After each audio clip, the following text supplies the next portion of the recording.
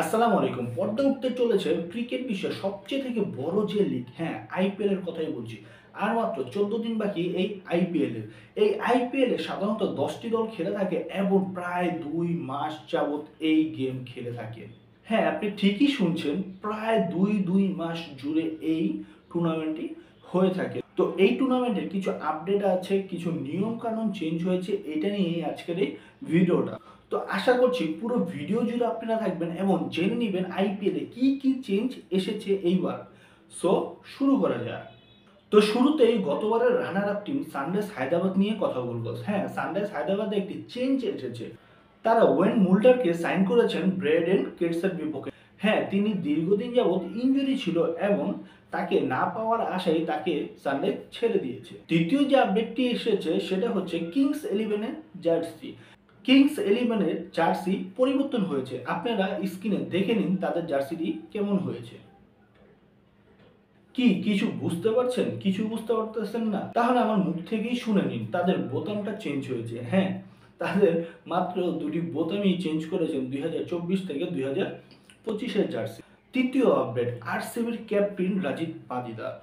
হ্যাঁ, বিরাট কোহলি না, তাদের ক্যাপ্টেন হচ্ছে রাজীব পাদিদার। ভবিষ্যতের কথা চিন্তা করে তারা রাজীব পাদিদারকে তাদের ক্যাপ্টেন বানিয়েছেন। আরসিবির জন্য আরেকটি সুখবর আছে, জ্যাকব বেথেল। হ্যাঁ, তিনি ইংল্যান্ডের মার্কোটি ব্যাটসম্যান। তিনি কিন্তু দীর্ঘদিন যাবৎ ইনজুরি ছিলেন, তিনি ব্যাক করেছেন এবং তাদের ফিজিও বলেছে প্রথম ম্যাচ থেকে আরসিবি এই জ্যাকব বেথেলকে পাবে। মুম্বাই ইন্ডিয়ান্স নিয়ে যদি আপডেট দেয় তাহলে তাদের টপলি, হ্যাঁ ইংল্যান্ডের বামহাতি ফাস্ট বোলার টপলি কিন্তু ইনজুরিতে চলে গিয়েছেন এবং এই বছর তিনি আইপিএল মিস করছেন, সেটাই জানিয়েছেন মুম্বাই অফিসিয়াল পেজগুলো। মুম্বাইয়ের জন্য দ্বিতীয় যে ধাক্কাটি সেটা হচ্ছে রিচার্ড উইলিয়ার। হ্যাঁ, রিচার্ড উইলিয়ারও কিন্তু ইনজুরিতে রয়েছেন, তিনিও এই বছরের আইপিএল মিস করছেন, সেটাই জানিয়েছেন মুম্বাই ইন্ডিয়ান্স এবং তাদের দেশীয় ফিটনেস কোচরা। তো চলুন জেনে নেই আইপিএলে কি নিয়ম এবার চেঞ্জ হয়েছে, নতুন করে যুক্ত হয়েছে কি নিয়ম।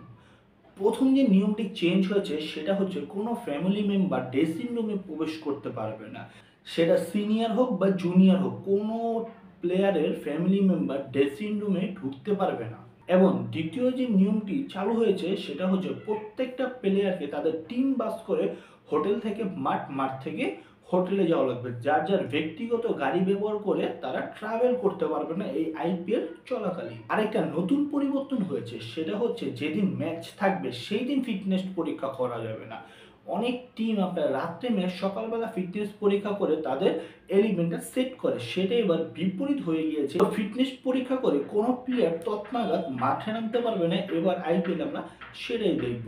ক্রিকেট সম্পর্কিত বা আইপিএল সম্পর্কিত যদি পরবর্তী আপডেট জানতে চান তাহলে অবশ্যই আমাদের পেজটাকে ফলো দিবেন এবং যারা ইউটিউব থেকে দেখছেন তারা অবশ্যই আমাদের চ্যানেলটাকে সাবস্ক্রাইব করে দেবেন। তো আজকের জন্য বিদায় নিচ্ছি। আসসালামু আলাইকুম।